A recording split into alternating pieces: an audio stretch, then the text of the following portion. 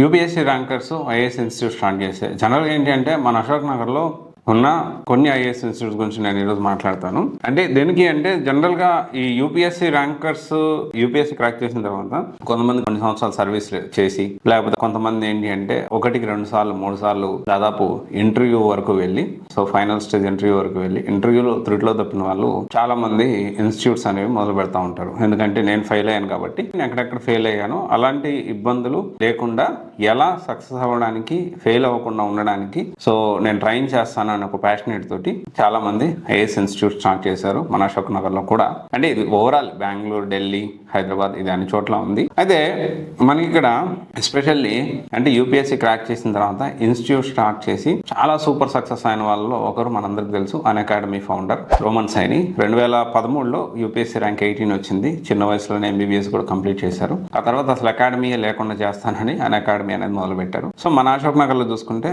బాలత madam so UPSC 2 సార్లు crack చేశారు.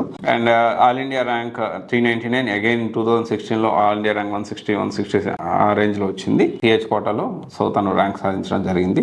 And IAS రాలేదు కానీ సో అదర్ వేరేది ఒక 10 years ఐడిఐఎస్ లో కూడా చేసింది. So national defence academy director కూడా పనిచేసింది. అండ్ నేను తర్వాత చూసుకుంటే మనకి ఇక్కడ ఈ సక్సెస్ కాకపోయినా, యూపీఎస్సీ క్రాక్ చేయకపోయినా చాలా విశేష అనుభవం కలిగిన వాళ్ళు యూపీఎస్సీ ఇన్స్టిట్యూట్స్ అశోక్ నగర్ లో స్టార్ట్ చేశారు.